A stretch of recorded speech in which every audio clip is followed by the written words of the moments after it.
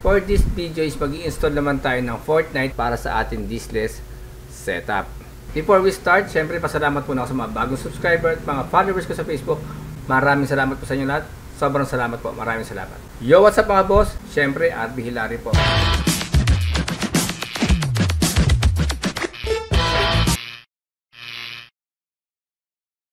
Simulan natin sa pag-download ng Fortnite. Dito sa may Google, search nyo lang Fortnite. Try natin itong banda dito sa may ibaba. Then click download now.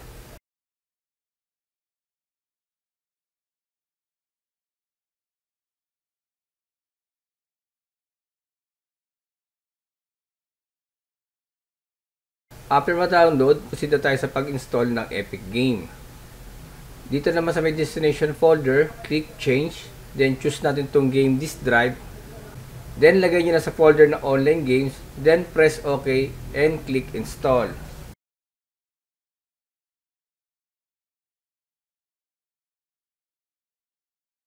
Wait natin hanggang sa matapos yung installation ng Epic Games. So, fast forward tayo. After mag-auto launch yung Epic Games, sign in your account.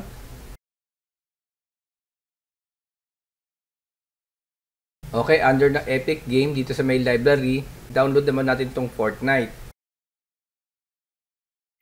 Change location folder uli. Okay, from drive C, lagay natin sa game disk drive, then sa folder ng online games. Same procedure na ginawa natin sa Epic Games. Then click install and press accept.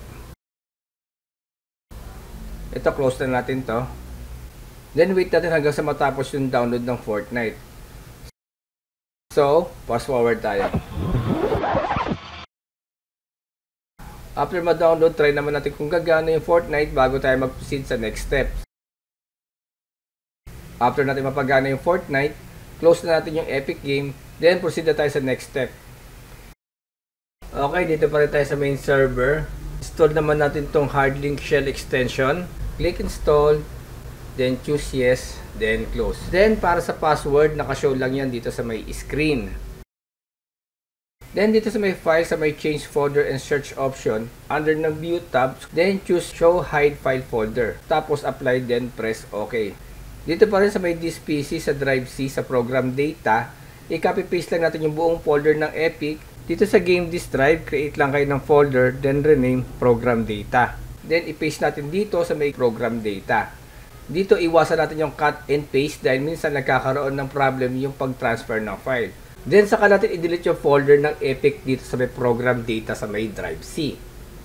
Pag deleted na yung files, balik tayo dito sa may game disk drive sa program data. Right click lang natin tong Epic, then choose natin tong pick link source. Dito sa may program data sa may drive C, right click lang, then drop as symbolic link. Then after, need nyo lang i-restart yung main server para mag-run na maayos yung Fortnite. After restart, dito naman tayo sa may game menu, kung saan natin ilalagay yung mga games natin para mas madali nila ma-access yung mga laro. Okay, sa folder ng game menu, click lang natin itong Sync EXP. Under ng tab ng online games, dito natin i-drag yung icon ng Epic Game at Fortnite galing dito sa desktop. Tapos sa pag-change ng icon dito sa may game menu, i-follow nyo lang yung video na ikakard ko rito banda dito sa may itaas. Okay, sa PC server pa rin, sa iCafe 8 console, under ng client manage, make sure lang na naka-off yung PC client bago tayo mag-proceed sa next step. Sample natin tong PC1, right click, then open super, choose lang natin yung current, then press OK. Now dito nga, nagbago nga yung status monitor ng PC1. Ang ibig sabihin yan, lahat ng gagawin natin sa PC client ay pwedeng masave. Sa madaling paliwanag, para ka nag-boot to ng deep freeze. Then saka natin open yung PC client. Next, wait naman natin hanggang sa mag-green yung client name dito sa may console. Proceed tayo sa PC client. Dito, install natin yung Hardlink Shell extension. Click install. Okay, sa mga gusto ng link na to, ilalagay ko na to sa comment section ng aking Facebook page. I-search nyo lang sa Facebook, RB Hilario Official. Okay, diretso na agad tayo dito sa may game disk drive, dito sa may disk PC, sa may program data. Right click lang natin tong folder ng Epic, then choose pick link source. Same procedure lang na ginawa natin sa main server. Dito naman sa may drive C, unhide natin muna yung mga naka-hide na folder. Then dito sa may file, sa may change folder and search option, under ng view tab, then choose show hide file folder. Tapos apply, then press OK. Under ng program data sa drive C, right click, then drop as symbolic link. So same nagkaroon ng directory file dito sa may program data ng drive C. Now run na natin yung Fortnite kung magkaroon na maayos sa ating PC client. On this screen, sign in your account sa Epic Games. Okay, under the Epic Game, dito sa may library, dito naman press OK. Then play natin yung Fortnite. Then fast forward ulit tayo.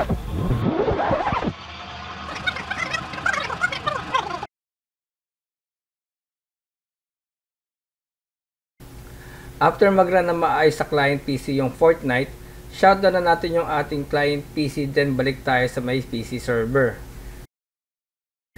Dito ulit sa PC server, sa iCafe 8 console, under ulit ng client manage. Sa PC1, right click, then select turn off super, then press yes. Sa restore point name, lagay na lang natin install Fortnite.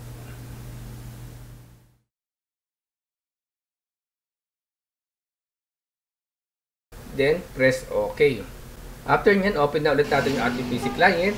Check natin kung nag-work ba yung mga ginawa natin.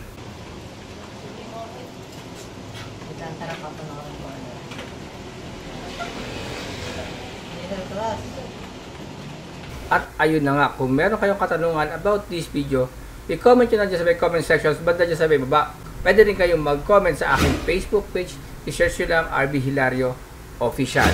Siyempre, maraming salamat po ulit sa aking mga bagong subscriber and followers. Maraming salamat po sa inyo lahat. At sa mga hindi pa po nakapag-subscribe dyan, ay mag-subscribe na kayo at paki-hit na rin notification bell para ma-notify kayo every time may bagong video na ilalabas. So hanggang dito na lang mga boss. Peace.